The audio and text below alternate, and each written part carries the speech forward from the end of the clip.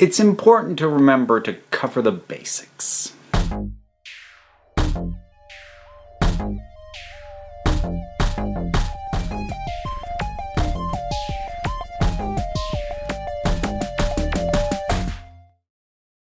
Hey everyone, we have reached the point in the month where I plan to talk about LGBTQ representation, which does mean that to start, we are going to swap out the look while I sort of reiterate for anyone new, in case you did not already know.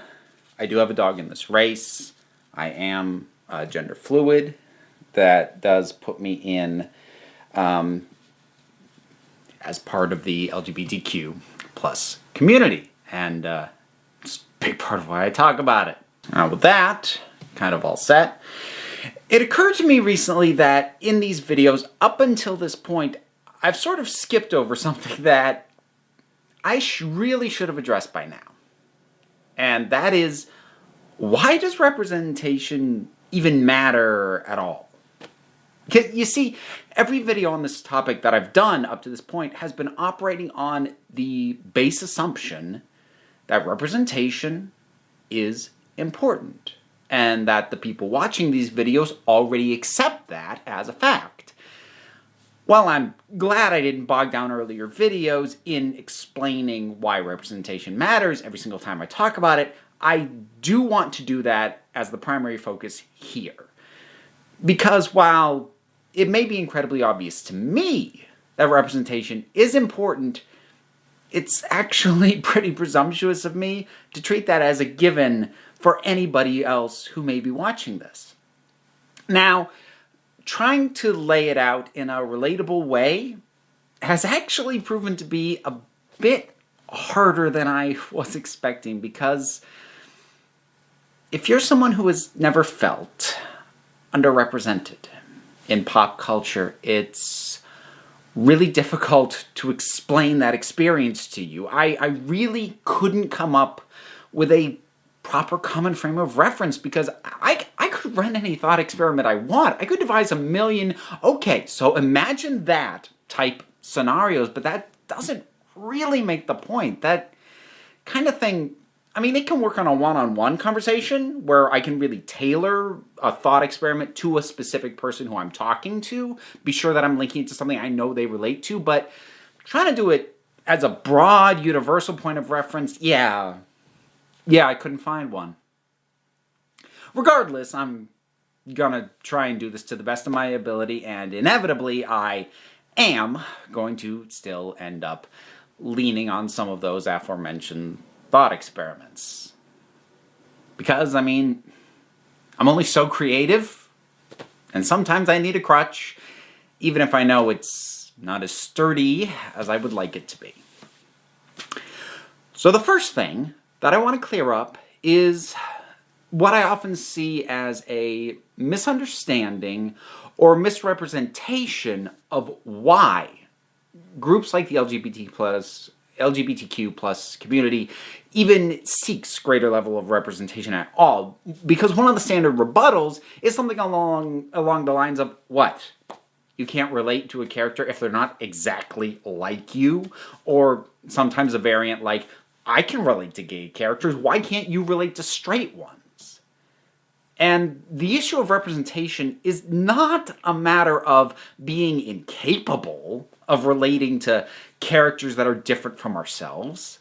A well-written and performed character can be relatable to audiences who don't share many, if any, of that character's specific traits when it comes to things like gender or race, sexuality, religious beliefs, home lives, etc., etc. Of course we can still relate to these characters if they're well done. Anybody can. Otherwise, there'd be no setting outside of the present, because anything set in the past, the future, or some fantastical imagined world would be unrelatable. So please, banish from your mind the idea that LGBTQ plus people flat out can't relate to cisgender heterosexual characters, because that's not the issue at hand. And to claim that it is, or pretend like it is, misses the point and derails the conversation. The thing is, even if you are part of the statistically most represented group in American entertainment, which is to say white, male, heterosexual, cisgender, there's probably been a movie or a show somewhere along the line that spoke to you or your experience in a way that other films didn't. And that can happen for any number of reasons. Let's take a film setting. When cities that are infrequently depicted get a proper highlight in a film, it's pretty common for that film to become something of a point of pride for that city. There's a reason Philadelphia has a statue of the fictional character Rocky Balboa, and Detroit has such a deep love for RoboCop. Heck, it does not need to be in any way a positive depiction of the city. I mean, the city of Fargo, North Dakota has props from the dark comedy that shares its name in its town's visitor center, including the wood chipper that was used to grind up Steve Buscemi. And it's not that these paint a particularly flattering or pandering images of these places, but the locations are important to the story. The residents of the real place feel that the films captured some truth about their home, and the films then become important to those people who live there. You can actually see a similar phenomenon when it comes to occupations, even ones that are depicted frequently on film. Getting the depiction of a character's job wrong is a distraction for anyone who knows what the reality of that line of work is. My mother, who was a nurse for her entire professional life, couldn't get into the TV show House. And a big part of that was, well, that's not how hospitals work. And she knew that. So it kept pulling her out of the stories. But it's not just getting details wrong, getting tiny things right that are so often done wrong can endear a film to a group of people. Now, I don't have statistics on what I'm about to say, but anecdotal evidence I do have. I've met a couple of lawyers who really love My Cousin Vinny. Not because, or not just because, it's a great movie, but because it might well be the single most accurate depiction of the trial process that's been put to film. It includes so many of the details every other law film, just glosses over or flatly gets wrong. Similarly, Edgar Wright has said that after the release of his film Hot Fuzz, he's been told a number of times by police officers how much they appreciated the depiction of paperwork in the film. Police paperwork rarely gets more than a one-off mention in most cop films. Usually it's a joke about how much there's going to be after, the end of the adventure. But, it never gets shown. In Hot Fuzz, paperwork is lingered on. It's brought up repeatedly and in a way that police officers hadn't seen before on film, and they appreciated that. But, and here comes the crutch of the thought experiment, for a moment, try to imagine that the thing about yourself that you never see reflected on screen isn't a career or where you live, but a fundamental, deep-seated truth about your very existence. In the case of LGBTQ plus people, it's an aspect of yourself that portions of society are already telling you is wrong, or evil, or is a sickness.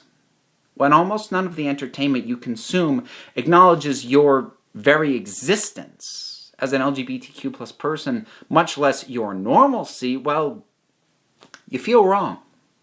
You feel isolated. You feel alone. And the thing is, when I say representation matters, I mean mainstream representation. Because another thing that gets brought up in these conversations is, why do we need representation for groups like the LGBTQ plus community in mainstream movies? Why can't they have their own things made just for them? Well, firstly, we do have that. Gay lit, queer films, they're thriving subgenres. They have been for years. And while the existence of these specialized markets is no bad thing, it doesn't really help in the way that I'm talking about.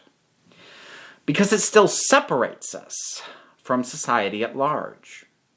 The very idea of mainstream entertainment is that it's intended to appeal and speak to the broadest possible audience. And if you see yourself reflected in niche product, but rarely, if ever, in the mainstream, that sends a message.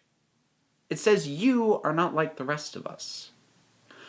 Or if you're somebody already feeling isolated or confused, that message might even come across harsher, more like, you're not welcome here. Our absence becomes a statement in and of itself, and a statement that a fictional world doesn't have a place for queer people is an implicit statement about society as a whole when that fictional world is intended to appeal to as many people as possible. The takeaway is that we don't count, and the people who do count don't want to see us. This kind of thing, it eats at you over time, and it has a long-term cumulative effect on both society as a whole and individuals, because pop culture is a big part of how most of us perceive the world beyond our own personal day-to-day experiences.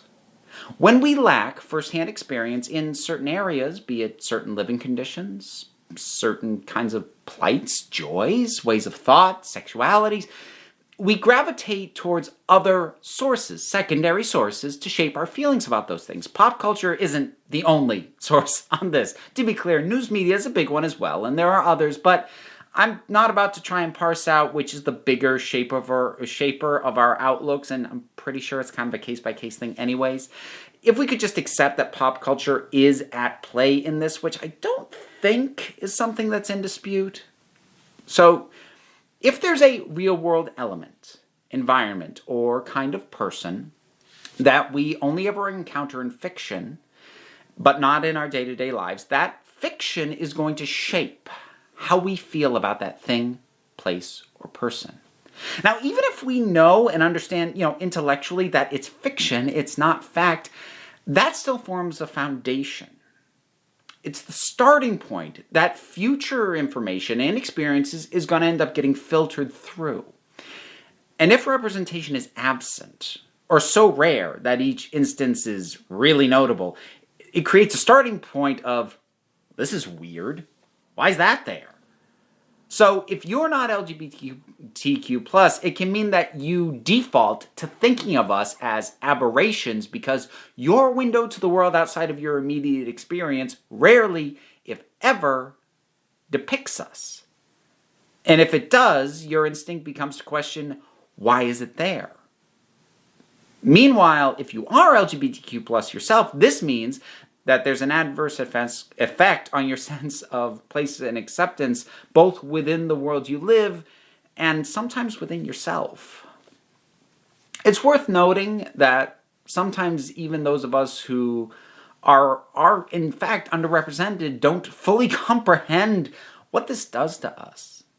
I'm going to do something I don't normally do. I'm actually going to share a clip from another YouTuber. And this is a moment of clarity that she shared that I think ties into this. This is from the channel Nick's Fears, which is run by a trans woman named May. And the clip I'm about to show describes the experience she had seeing a trans character played by a trans actress in a way that spoke to her own experiences when she watched the film Assassination Nation. I was connecting with this character on screen more than I'd maybe ever connected with the character, and in that moment it was like all that sort of representative ideas, about characters representing something larger than that on screen and how those things can mean something to us beyond our own sort of preconceptions. It all kind of hit me, and I actually had a pretty profound experience. It gets on the holy shit list because holy shit, I didn't know I could feel that way. And I've gone the majority of my life without feeling that way when I connect to people on screen, and it's actually been sort of this distancing experience. There was something she said that really grabbed me immediately the first time I saw that video. I didn't know I could feel that way. May's an intelligent woman. I have no doubt that she understood the issues with a lack of representation on an intellectual level. But it wasn't until she saw that film and had that experience of feeling properly represented for the first time, that it truly hit her what she'd been missing for her entire movie watching life. This is how powerful representation can be when it's experienced by those who don't have it. And as profound as that experience was for her, I think it also helps illustrate in a kind of roundabout way another reason why representation needs to be mainstream.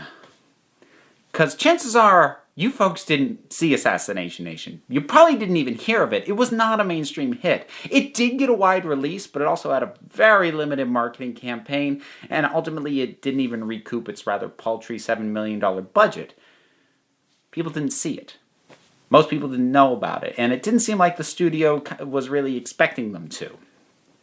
It was a niche product.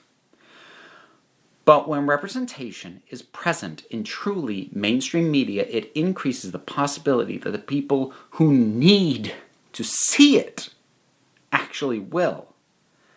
For them and the populace at large, it increases the sense that they are not some bizarre, outlying, strange, and unknowable thing, but just another part of the world. It's a world we're watching on a screen, yes, but when it happens on enough screens, it can make the real world feel a little less hostile for those who can't help but sense and be aware of their own otherness.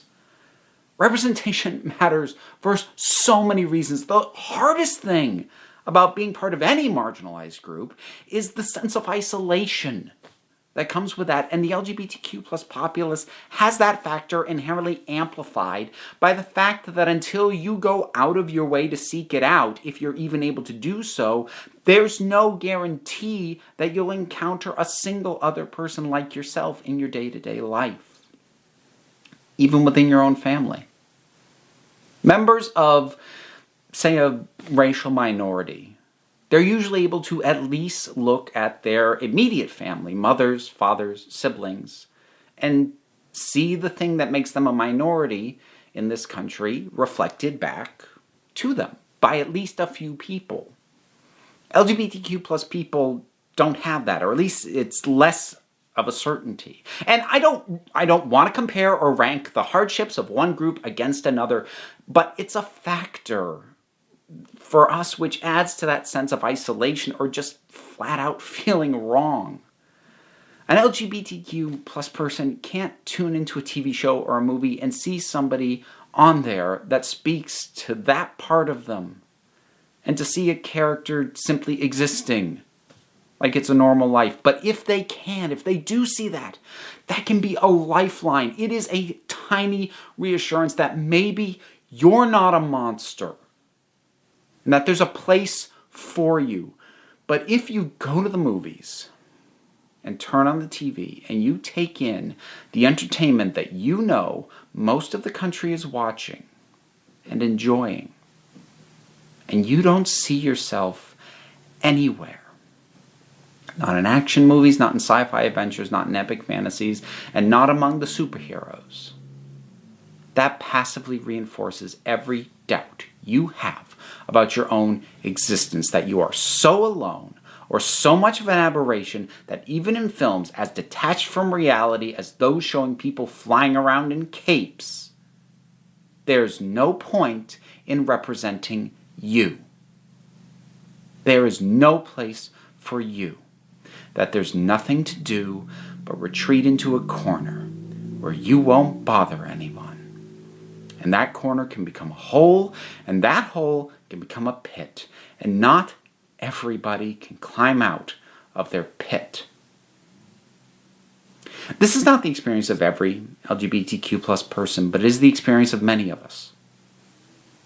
And hopefully I've been able to shed some light on how it can feel when you're an LGBTQ plus person in a world where it's just so dicey that ever gets shown in the mainstream. Think about it. Whenever it happens, it makes headlines. That's how rare it is. And unless you believe I'm just lying about how this feels, then I hope maybe you understand a little bit better the potential and vital good that representation can do. If you want to question the value of a specific depiction, that's a conversation I'm more than happy to engage in. But I don't have the strength to keep justifying my presence, my mere existence. Not in the fictional world, not in real life. We're here. We exist. And knowing that the world realizes that is what keeps some of us going. Representation is hard. It's hard to do right, and it can sometimes feel like when you try and represent a group, all they do is pick at what it is you're doing. But another part of that is there's so few instances of representation of us, how can we not pick at it? You don't see people picking at every single problematic representation of a cis white male. I mean, some people do, but it's not the standard conversation that happens because there's so many instances of cis white male straight heroes that if this one isn't to your liking, there's a bajillion others for you to take in. We don't have that. So I know I get nitpicky, and I know I can get upset with the representation that does happen. But I don't want that to ever make it seem like it's not worth it, because representation matters. And if it doesn't exist at all, then it can't get better, because you can't fix something that simply isn't there. So that's my little treatise on why representation as a thing is important. Thank you for listening. If you enjoyed this video, I would encourage you to check out the Patreon. I'm hoping to do more in-depth videos, not necessarily on this subject matter. I mean, I do this monthly, but not necessarily more videos on just this subject matter, but I'm trying to find the time and the means to get more in-depth into things, and the Patreon's a big help towards that. There's other links down there besides. I'm on social media, all that sort of stuff. I have a book that is relevant to this part of my life. There's a link for that. So you can look at all that, but you don't have to. Because if you're this far into the video, then you listened. And thank you for that. So whatever your thoughts on whatever I've said are, drop them down in the comments, respectfully please, and we'll talk about it. So until the next video, please remember, you are valid, you are loved, you are welcome on this council. And until the next time, the Council of Geeks is adjourned.